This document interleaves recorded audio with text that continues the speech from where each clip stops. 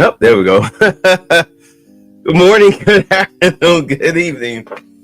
Wherever this video finds you, welcome to TIC's second broadcast of the day, second live of the day. What's up, Carlton? What's up, Lewis? Oh my God, let's get into this. So, Cash Patel got nominated today, and as I've been saying, it's on and popping. It's on and popping now. Oh my goodness. So let's read this courtesy of the Tribune. Cash Patel's FBI confirmation, crucial step in Trump's agenda to uphold rule of law in the White House. All right, the White House on Thursday welcomed the confirmation of Cash Patel as the new FBI director, describing it as an important step in executing President Donald Trump's agenda to restore integrity and uphold the rule of law. The White House on Thursday welcomed the confirmation of Cash Patel as the new FBI director, describing it as an important step in executing President Donald Trump's agenda to restore the integrity and uphold the rule of law, which we just read. The White House further emphasized that the FBI will now refocus on its core mission of enforcing justice fairly and without bias. All right. So, sharing a post on X, the White House wrote, FBI Director Cash Patel's confirmation as FBI Director is a crucial... Oh, well, goodness gracious. The FBI will serve the American people and refocus on its core mission, enforcing justice fairly and without bias, the post added.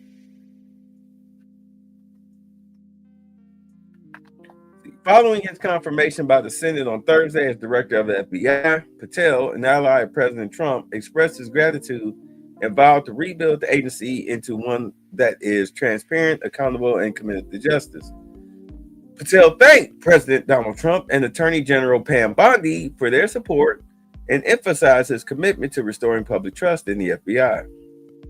While the nomination faced opposition from Republican Senators Lisa Murkowski of Alaska and Susan Collins of Maine, don't know why, Patel received backing from the rest of the Republican Party, including Senate Minority Leader Mitch McConnell, who had previously opposed other Trump nominees, according to NBC News. So, okay, Mitch McConnell being the Democrat. Well, Mitch McConnell, no, he's a Republican, right? Mitch McConnell, he voted and then he decided to retire. He said this is his last year. I doubt he'll finish out his term because of his mental state. So, I mean, this was the last thing that he did. And if there is anything that leads back to him during these investigations into government taxpayer funds being kicked back, a nomination like this and a step down because of mental faculties, you know he's not going to be fit to stand trial. He's too old to throw in prison. So what do? You just admonish him, maybe make him pay a fine, get some of the money back, if not all of it. If you can, they'll tie it up in court, and he'll probably eventually pass away or be left with a settlement with something, so that way he'll take care of his care as an old man. He might be able to keep his house. We'll see. The confirmation passed with a narrow 51-49 vote, as all Senate Democrats voted against him. Of course they did. Early on Tuesday, Patel cleared the key procedural vote in the Senate with strong Republican backing. Of course he did. The Senate voted 48-45 along party lines to advance the nomination, triggering a 30-hour debate before Patel would have received final approval on Thursday, the New York Post reported. Yeah, those are those 3 seats that Jasmine Crockett was talking about, with 2 of them in deep red Florida. She can forget it.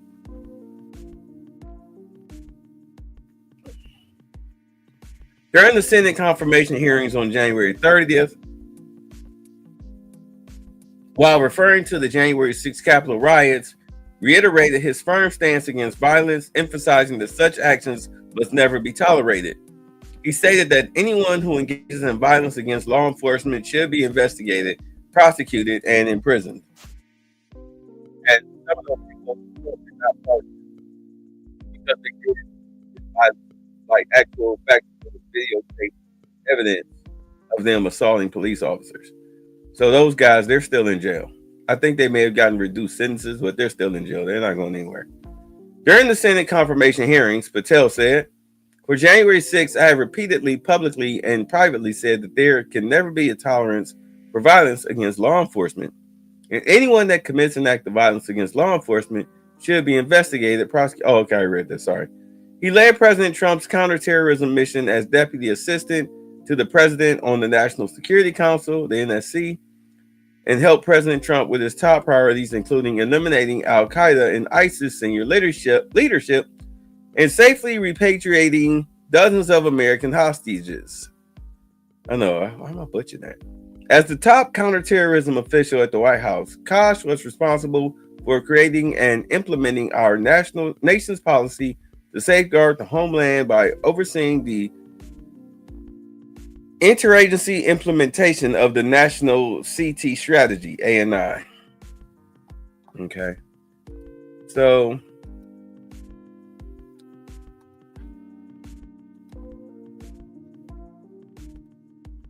Kash Patel has quite an impressive background.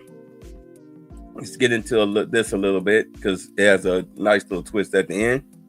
Mr. Patel served as the former chief of staff to acting Secretary of Defense Christopher Miller and is responsible for leading the secretary's mission at the department, including his executive staff and providing counsel to the secretary on all matters concerning the department's operations. Previously, Mr. Patel served as the deputy assistant to the president and senior director for counterterrorism, CT, at the National Security Council, NSC. In that capacity, Mr. Patel oversaw the execution of several of President Donald J. Trump's top priorities, including eliminating ISIS and Al Qaeda leadership, such as al-Baghdadi and Qasim al-Rimi, and the safe repatriation of numerous American hostages. Mr. Patel also served as principal deputy to the acting director of national intelligence, where he oversaw the operations of all 17 intelligence community agencies and provided the president's daily briefing. Before joining the NSC, Mr. Patel served as the National Security Advisor and Senior Counsel for the House Permanent Select Committee on Intelligence, the HBSCI, where he spearheaded the investigation into the Russian active measures campaign to influence the 2016 presidential election. Concurrently, he oversaw sensitive programs for the intelligence community and U.S. Special Operations Forces and worked to enact legislation to fully fund the multi-billion-dollar budgets supporting intelligence and counterterrorism or operations worldwide. Slow down. I'm in my head. Mr. Patel joined the HBSCI following his tenure as a terrorism prosecutor at the Department of Justice, DOJ, where he led investigations spanning multiple theaters of conflict and oversaw the successful prosecution of criminals aligned with Al Qaeda, ISIS, and other terror groups. Mr. Patel also served as the DOJ liaison officer to Joint Special Operations Command, the JSOC, working with our nation's most prestigious counterterrorism units to conduct collaborative global targeting operations against high-value terrorism targets.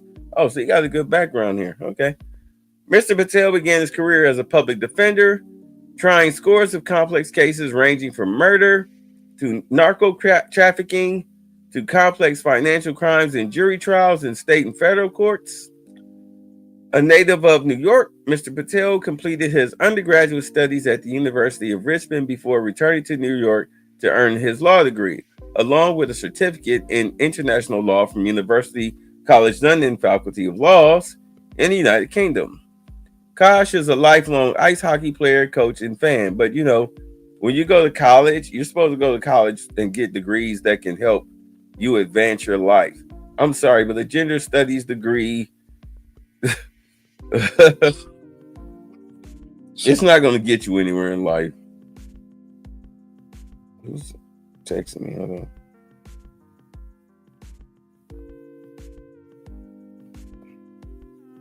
Hold on. I'm broadcasting. All right. Let's see. All right, so there was something in here. Oh, here we go. So, I mean, this is all of like, how he came up. So, he was born in February 25th of 80. Oh, so he 5 days away from his birthday. Okay. Is an American lawyer, former federal prosecutor at the U.S. Department of Justice. Previously, he served as Chief of Staff to U.S. Secretary of Defense Christopher C. Miller and Senior Advisor to the Acting Director of National Intelligence, both during the first presidency of Donald Trump. In November 24th, President-elect Trump nominated Patel to succeed Christopher A. Wray as Director of the Federal Bureau of Investigation. As a member of the Republican Party, Patel was appointed Senior Counsel on Counterterrorism for the House Select Committee on Intelligence in 2017, as well as Senior Director of the Counterterrorism Directorate at the U.S. National Security Council in 2019. He worked as a senior aide to Congressman Devin Nunes during the latter's tenure as chair of the House Intelligence Committee. While working with Nunes, Patel played a key role in helping Republicans in the investigations into Trump and Russia interference in the 2016 election. Patel was instrumental in drafting the Nunes memo in 2018, which alleged errors in the FBI application for a surveillance warrant of Trump's 2016 campaign aide. Patel also believes in the existence of a deep state in the United States, to which we're going to go into now. Oh yeah, we're going to get into this. What's up, Simeon? You know what? Hold on. I just realized something. Hold on. My bad. Oh my God. Let me get this out the way. Hold on. How did I spot it? I see it. I can get it out of the way. But sometimes you guys gotta tell me this stuff. I don't always pay attention. Hold on.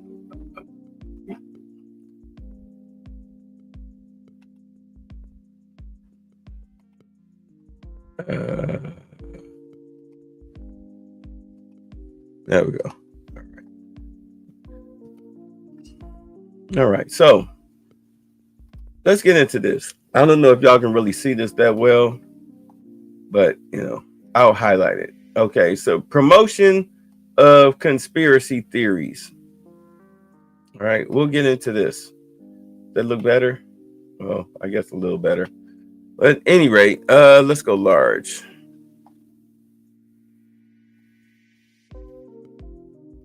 That should be better. Is that better? Yeah, y'all can get a better look at it. All right, so promotion of conspiracy theories. Patel has promoted multiple conspiracy theories and has been described as a conspiracy theorist. Conspiracy theories promoted by Patel include the deep state conspiracy theory, false claims about the 2020 election fraud, where Joe Biden got 80 million votes and at that time the highest was 68 million. And you're trying to tell me that you're almost 20 what? Let's see. You're 12 million votes more popular than Obama. Okay.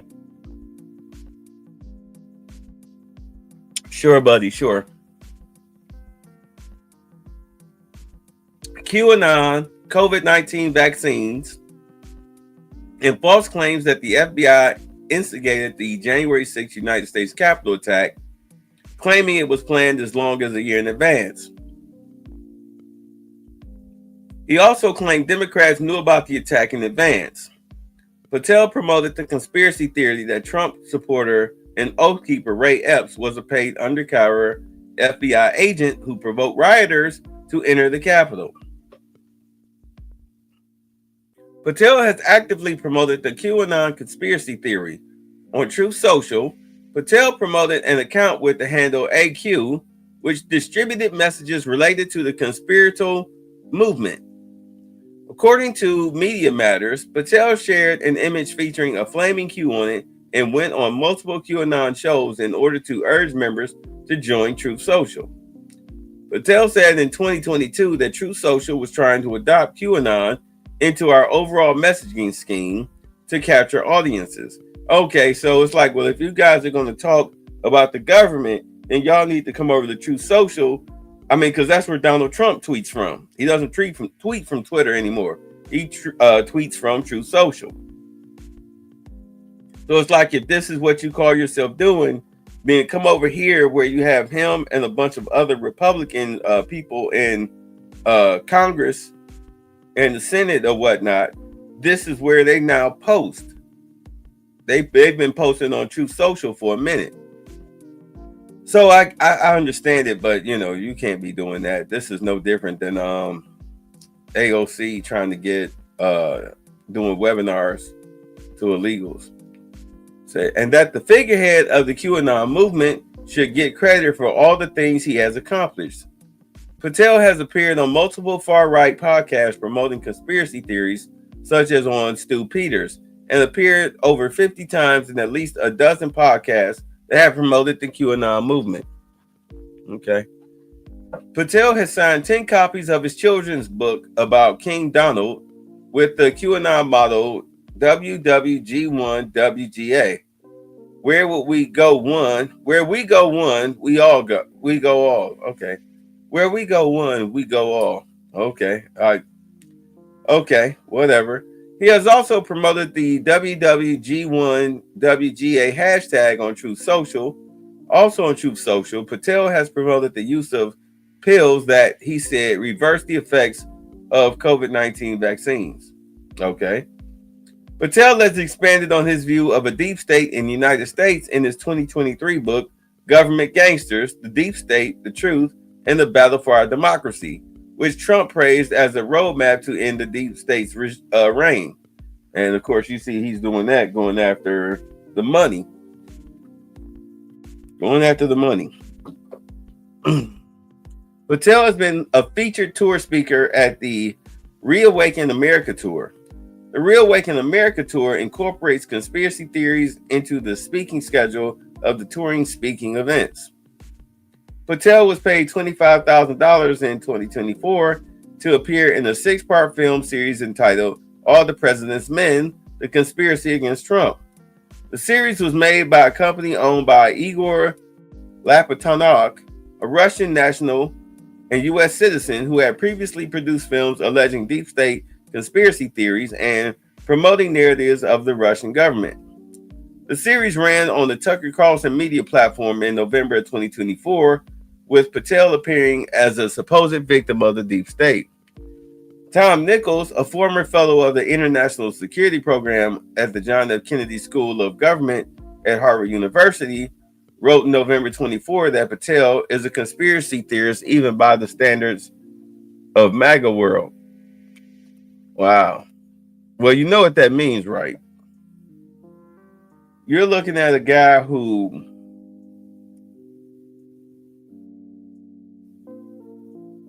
when Trump says sick him or Pam Bondi say sick him, he gonna go get him. He's gonna go get him. He's gonna go get him with zest and fervor. All right. He's gonna go get him with a purpose.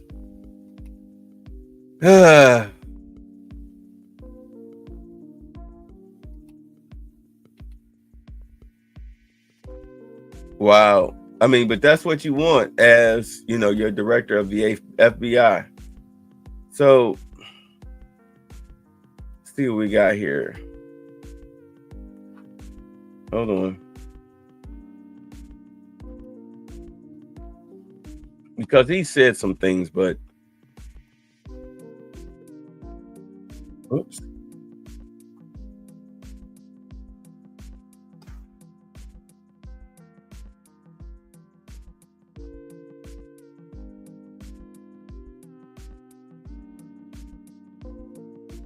All right, there we go. Here we go. All right, I have to make sure I got everything set. Let's play it. Let's see. Adam Schiff warns Kash Patel will weaponize FBI against anyone who stands up to Donald Trump. And that's pretty much the cover story for when he goes after these Democrats who have taken kickback from Mr. President. Senator from California is recognized.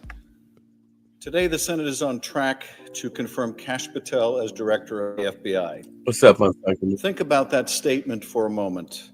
Kash Patel conspiracy theorist, January 6 denier, MAGA sycophant, and political provocateur, will be FBI director.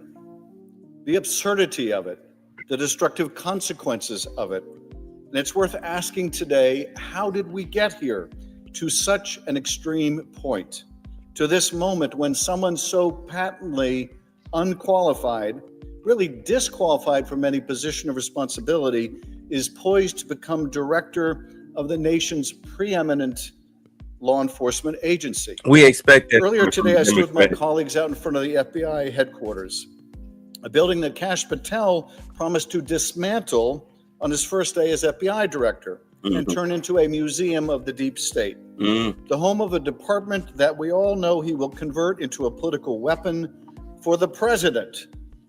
The president, who is a serial lawbreaker and will use Patel as a tool for retribution against his enemies. But in a democracy, law enforcement does not serve the president, let alone someone who fashions himself as a king. Really? Law enforcement serves the people. It is nonpartisan. It is not a vehicle of political payback for a political party. And yet we are watching the FBI and DOJ hollowed out, dismantled, and turned into an investigative and prosecutorial extension of Donald Trump's White House. We are watching it live in real time. It is already happening in that building we visited this morning. In just the last month, Donald Trump's Department of Justice has engaged in a brazen, sweeping purge, a rolling Saturday night massacre, an unmistakable campaign to intimidate, to punish, and to drive out thousands of hardworking, nonpartisan FBI and career DOJ employees. That's a lie. But this is happening as we speak. Acting Deputy Attorney General Emil Bove fired roughly 24 prosecutors involved in January 6 criminal cases. Not for cause. No, for not for corruption. Yes, for corruption. Not for misconduct. Yes, for misconduct. They were fired for failing what is in effect a loyalty test. A loyalty test. And what's the loyalty test? MAGA mob attacks the Capitol on January 6th to stop the peaceful transfer of power. They beat FBI police officers, gouge them, bear spray them. With FBI agents even part of the bigger crowd. Crime, stopping the peaceful transfer of power after Donald Trump lost his re-election. And they get pardoned by Donald Trump. The lawbreakers get pardoned. And the brave FBI agents who track down these violent miscreants, these agents get and then lie. They get fired. They get purged. The one-man wrecking ball that is Donald Trump is turning the world upside down. The criminals are being pardoned and the cops are being punished. No, you overextended. Kash Patel sat before the Senate Judiciary Committee and under oath insisted he knew of no plans to punish FBI employees involved in investigations related to Donald Trump. He positively levitated at the suggestion that such a thing could even be true. Then within days, top FBI agents were fired. Thousands of FBI employees, career professionals, were sent a detailed questionnaire demanding they disclose any involvement in investigations related to the January 6th insurrection. A warning accompanied this.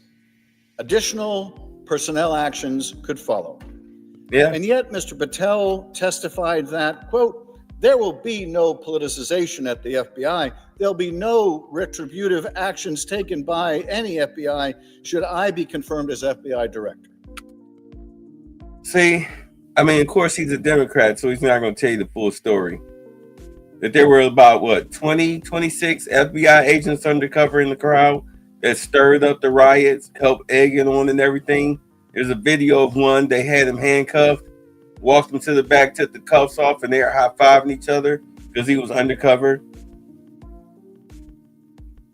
You know, remember back during the Ferguson riots or whatnot, the Ferguson situation, they caught some black dude he was busting out windows, so they went to approach him, and then all of a sudden his partner pulled out a gun because come to find out that they were undercover cops causing mayhem. Same thing. Dude pulled out his service weapon, called for backup to help get them out of there, even though the black guy was the one that, was breaking windows. Same difference. Same difference. So if you're one of those agents, you got to go. You got to go. It has nothing to do with politics as far as from their end, the way they're looking at it. They're more so looking at it as, like Cash Patel said, cleaning out the deep state. All right, let's go. Oops. He sat in that committee room and told the Senate all FBI employees will be protected against political retribution. That was a Thursday. 3 weeks ago, the very next day, the purges began. Before the ink had dried on the transcript of that hearing, the retribution campaign had begun. In his written response to questions, Patel denies knowing about these actions in advance, denies knowing whether he discussed these dismissals with the White House, the DOJ, or the FBI. He wrote, "I do not recall having conversations with the transition team about pursuing any particular investigations or targets." I asked him in writing about these actions, and his answer was he doesn't remember. But in fact, whistleblowers have come forward to testify or to state that not only did Patel know about the upcoming purges, he was directing those dismissals. Of course. How could he not recall that? It wasn't years It wasn't none of ago or even months. How about that? It was days before. Days before his written answers to those questions, those written answers where he said he couldn't recall, he was directing these purges covertly as a private citizen. But he doesn't recall. Purges of quality career professionals who dedicated their lives to the rule of law, who have been fired, laid off, or forced out because they dared investigate a violent insurrection on our Capitol. Or the president's retention of classified documents that contained our nuclear and other national security secrets. There was a time in our country when the FBI was weaponized, when it served as a sword for the president, and the DOJ served as his shield. When Hoover authorized covert harassment campaigns against the perceived enemies of the president, we thought those days were over. And they were over. No, they were not. Until now. We must not put in place a Roy Cohn for the president, someone who will bend and break the law to serve the president's personal and political aims. For therein lies the path to corruption, to unlimited power, and to malfeasance of the highest order. We put up guardrails to prevent one man and his cadre of company men from turning the Bureau and department into a partisan and lawless battering ram. We must not take them down. Because we know the road that lies ahead. Yeah, you lost. We know that Donald Trump cannot destroy the nonpartisan character of the FBI and the Department of Justice without his enablers. And Cash Patel is Donald Trump's hand-picked enabler and henchman. The guy who would say yes when everyone else would say no to any immoral and unlawful requests made by Donald Trump. The guy who publicized his deep state list, almost half of whom are Republicans. The guy who worked for and retains millions of dollars in stock in a company supported by the Chinese Communist Party. In any normal world, that would automatically disqualify someone from leading the nation's premier law enforcement and counterintelligence agency. I guess. This is not someone we would want running the FBI. It would be unthinkable to confirm a nominee who's written an entire book in service of, quote, dramatically limiting and refocusing the scope of the FBI's authority. A nominee who's publicly said it would be fun to go on a manhunt of government gangsters alongside those who, quote, represent Donald Trump's army to take this country back. I'm of the opinion that the people the FBI should be going on manhunts for are actual criminals. Oh, they not will. The president's enemies of the day. No, that. Let me tell you something, bro. Mr. Goofball. Tell you right now, as long as you didn't misappropriate taxpayer funds through USAID, the Department of Education, okay, the Treasury, the Pentagon, the military, etc. As long as you didn't misappropriate funds, you'll be okay. You'll be okay. You'll be okay. The FBI shouldn't serve as Donald Trump's army. Alas, we will not soon forget the last time Donald Trump's army presented itself to us, when they beat down the doors of this Capitol, when they attacked law enforcement and sought to overturn an election. Oh, Mr. boy. Patel is quite familiar with that mob. He celebrated them in song. Now, Mr. Patel tried to deny his association with the January 6th choir. He said he had nothing to do with their recording. But earlier on Steve Bannon's podcast, he was all too proud to brag about it. Let's hear it. So what we thought would be cool is if we captured that audio and then, of course, had the greatest president, President Donald J. Trump, recite the Pledge of Allegiance. Then we went to a studio and recorded it, mastered it, digitized it, and put it out as a song, now releasing exclusively on the War Room. Play it. Let's hear it. When I asked him about this under oath, his response was, and you may never believe this, when he said we did this and we did that, we didn't include him. I don't know what's worse, taking credit for something he didn't do, or doing something and then lying about it. Or we. But what I do know is this is not the character of someone who should be director of the FBI. Too late. At the hearing, I also asked him to turn and face the Capitol police officers in the Oh, that was you. That's right. These That officers from the same department that suffered such grievous injuries on January 6th. He couldn't do so.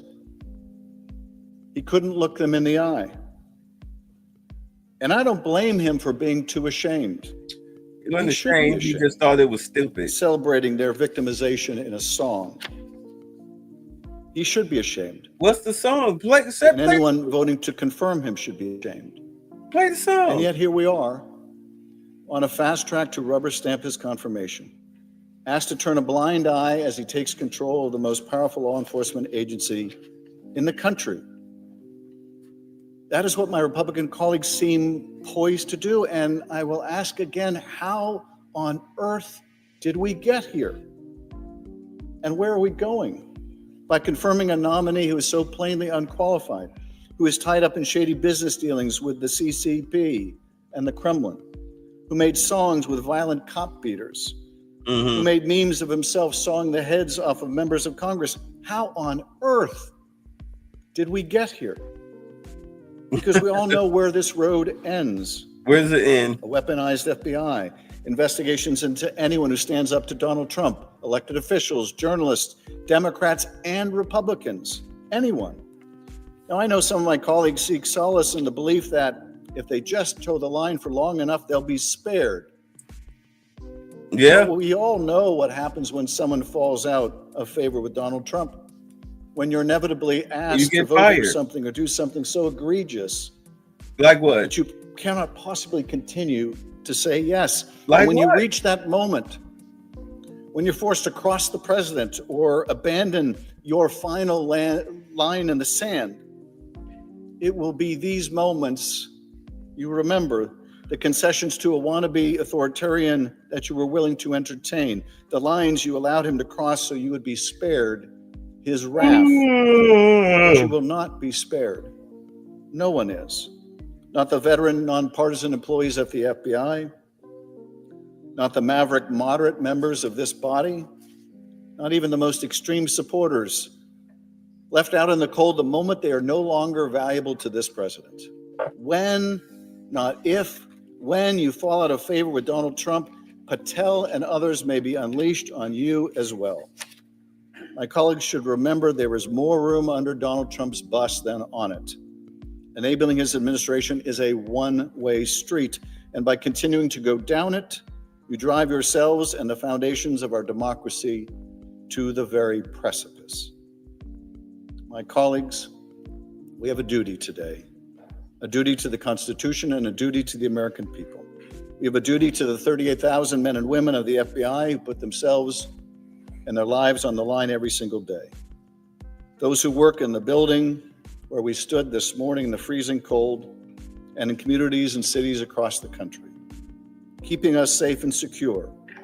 We must take that duty seriously, because if we confirm Kash Patel, knowing what we are getting, knowing where we are going, we will only have ourselves to blame. Mr. President, I yield. I have to admit, he just bored the hell out of me. All that fear mongering. There's a few questionable things, but like with the QAnon stuff, but not everybody is perfect. But man, this dude fear mongers. I'm not even gonna play this second part because it's just more fear mongering. You say you represent everything you hate about the Democratic Party. I don't blame you. What's up, Jibba Jabba? Call him Shifty Shift. So, at any rate, the guy's nominated, and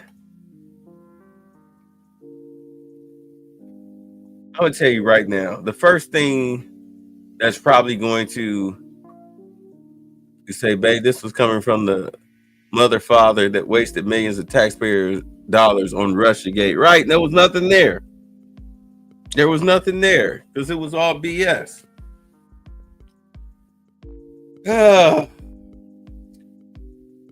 Like I said, if you didn't take any kickbacks off of you say you glad RFK got in. Yeah, everybody got in. Everybody got in. This was the final piece of the puzzle, though.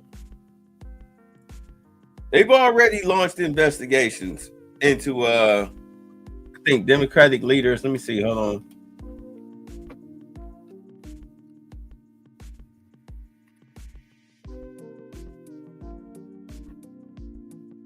I think I posted it on my profile. Let me see. Because they've already launched investigations into Democratic leaders concerning some of the shaky things that they've done.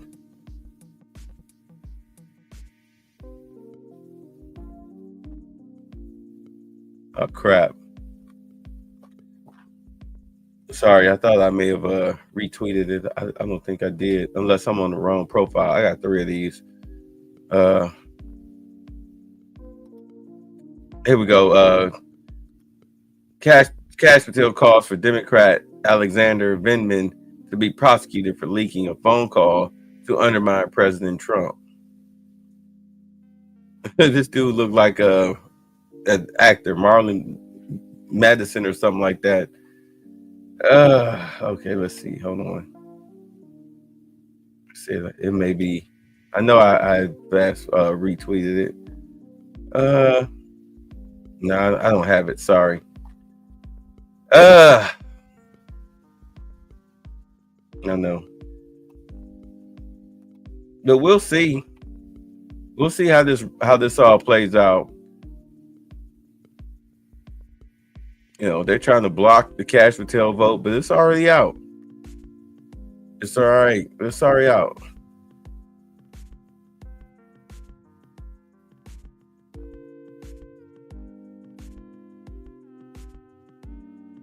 No violence. Can't show any violence.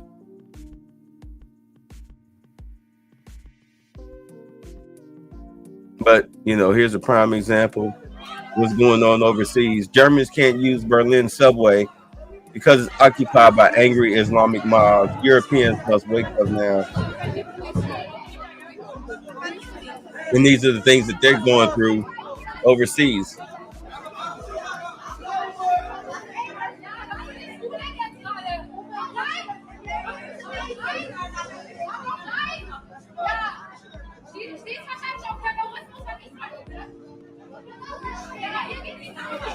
And the police just look so powerless. You got this idiot sitting there blocking the door. He would get yanked right out of the doorway. Anybody in the doorway would get yanked out, possibly arrested. Matter of fact, arrested for obstruction. I'm not gonna play this game with you. This is a subway system. Get out of the doorway. You got a problem with anything, you take it to the courts.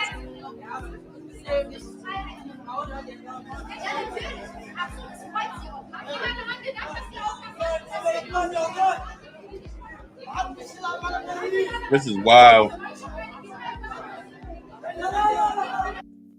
I mean, at least in the United States, we got people that'll push you in front of a subway train instead of blocking it.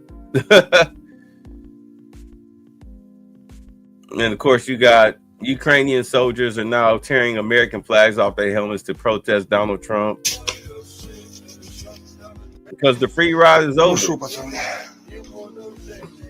Yeah, go ahead, tear it off. We don't care. The Ukrainian free ride is over. Yeah, the free ride is over. Take it off. You didn't care anyway. The free ride is over, bro.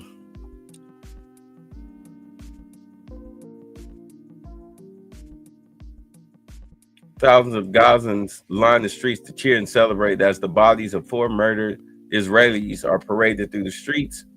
Among the dead Israelis on parade were the Bibas family, mother Shiri and her 2 sons, Kathir and Ariel. Yeah, I heard that a couple of them were had been unalive.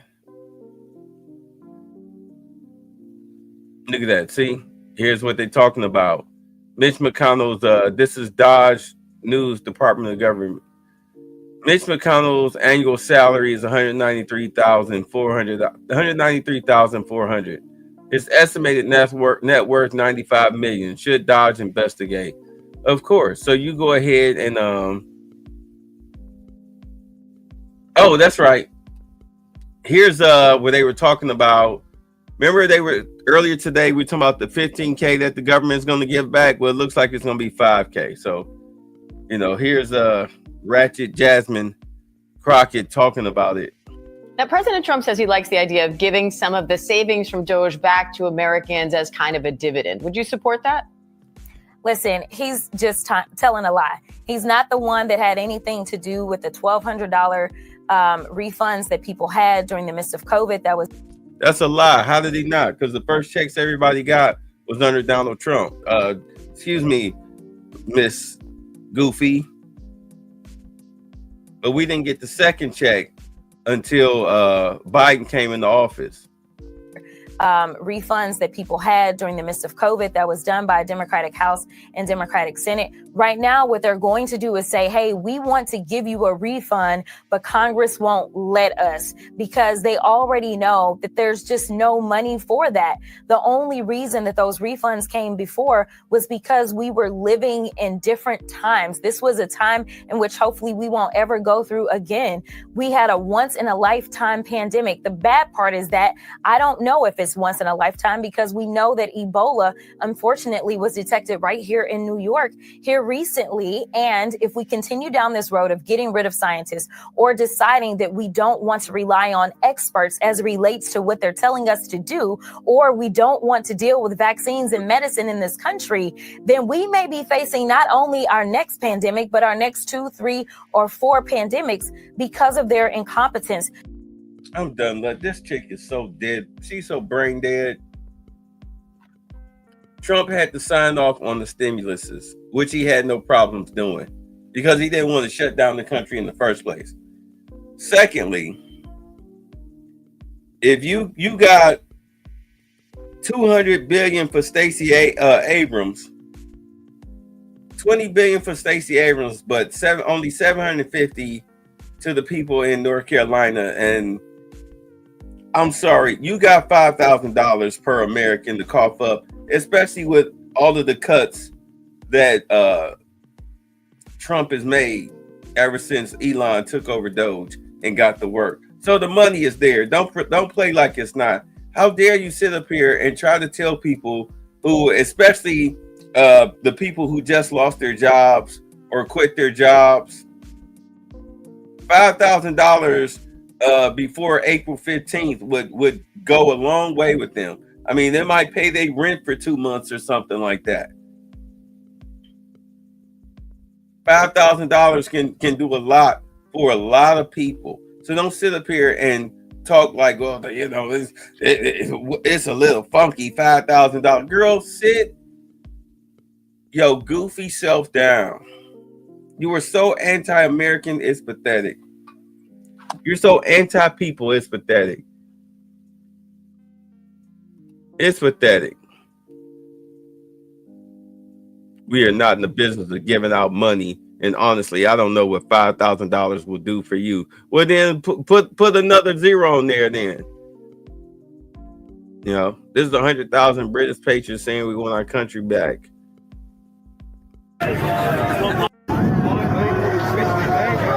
Yeah, like I said, they having like civil wars and stuff over in England.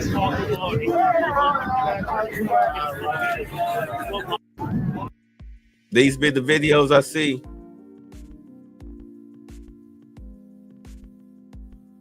What is this?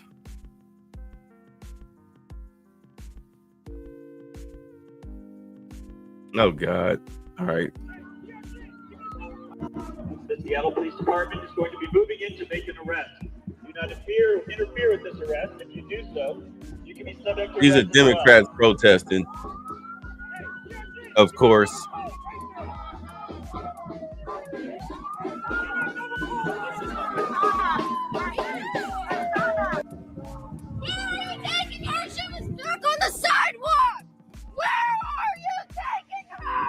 To jail.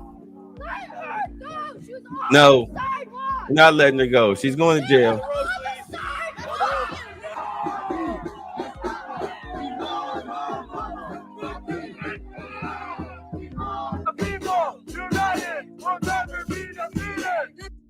The Seattle Police Department is going to be moving. Here's what I'm trying. You know what? I always have this question. If you're from another country and you're here protesting what's going on here with the United States with your country's flag, you know, like say for instance, illegal immigration, you're waving around Mexican flags and stuff, trying to protest illegal immigration or the arrests and deportations of illegal immigrations.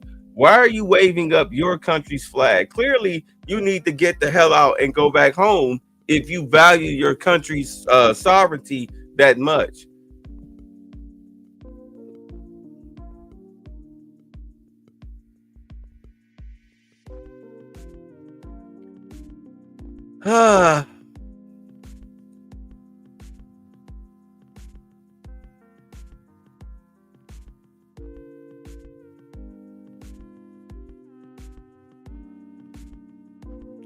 At any rate, all right, so let's get out of here.